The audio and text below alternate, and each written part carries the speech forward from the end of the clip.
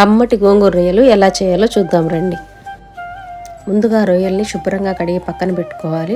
రొయ్యలకి వీపు మీద ఉన్న ఈ సన్న నరాన్ని నేను చూపిస్తున్న విధంగా తీసేసి ఉప్పు పసుపు వేసి బాగా కడిగి పక్కన పెట్టుకోవాలి. గోంగూర కూడా ఇసుకంతా పోయే విధంగా 2-3 సార్లు కడిగి పక్కన ఉంచుకోవాలి. 2 ఉల్లిపాయలు, 2 టమాటాలు, 4 పచ్చిమిరపకాయలు కూడా కట్ చేసి పక్కన ఉంచుకోవాలి. స్టవ్ మీద కళాయి పెట్టుకొని నూనె పోసుకోవాలి. నేను ఇక్కడ కొబ్బరి నూనె వాడుతున్నాను. నూనె వేడెక్కాక అందులో ఉల్లిపాయలను వేసుకొని 2 నిమిషాలు దూరగా వేయించుకోవాలి. తర్వాత కరివేపాకు వేసుకోవాలి.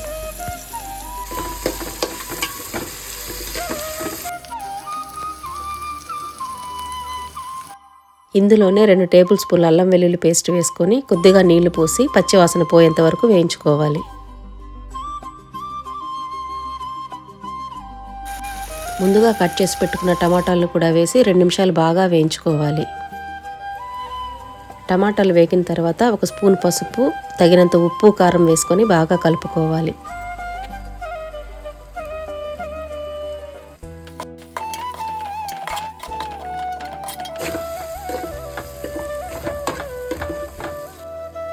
ఇప్పుడు ముందుగా శుభ్రం చేసుకున్న పచ్చి రొయ్యలను కూడా వేసుకొని బాగా కలుపుకోవాలి.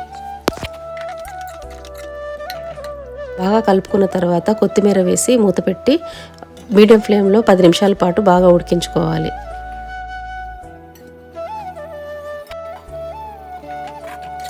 రొయ్యలు బాగా ఉడికిన తర్వాత ముందుగా కడిగి పెట్టుకున్న గోంగూరను, పచ్చిమిరపకాయలు, ఉల్లిపాయలు వేసి బాగా ఉడికించుకోవాలి. ఇందులో చూపిస్తున్న విధంగా ఒకదాని మీద ఒకటి లేయర్స్ లాగా వేసి ఉడికించుకోవాలి. నేను అందరు చేసే విధంగా కాకుండా గోంగూరని ఈ విధంగా రొయ్యలతో పాటు ఉడికించి వేరే పాత్రలోకి తీసి ఉప్పు వేసి బాగా రుబ్బుకుంటాను. ఈ విధంగా గోంగూరను రొయ్యలతో పాటు ఉడికిస్తే ఫ్లేవర్ చాలా బాగుంటుంది. గోంగూరను కూడా ఇలా సపరేట్గా రుబ్బుకుంటే రుచి చాలా బాగుంటుంది.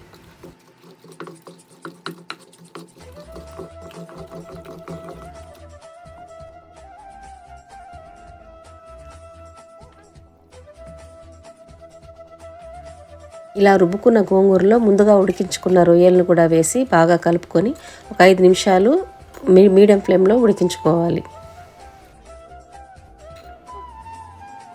ఉప్పు సరి చూసుకొని తక్కువైతే మళ్ళీ వేసుకోవచ్చు. ఇంతేనండి, నా స్టైల్లో గోంగూర రొయ్యలు రెడీ అయిపోయింది. వీడియో నచ్చినట్లయితే లైక్ చేయండి, సబ్స్క్రైబ్ చేయండి. ఈ రెసిపీని ఖచ్చితంగా ట్రై చేయండి. Thank you for watching.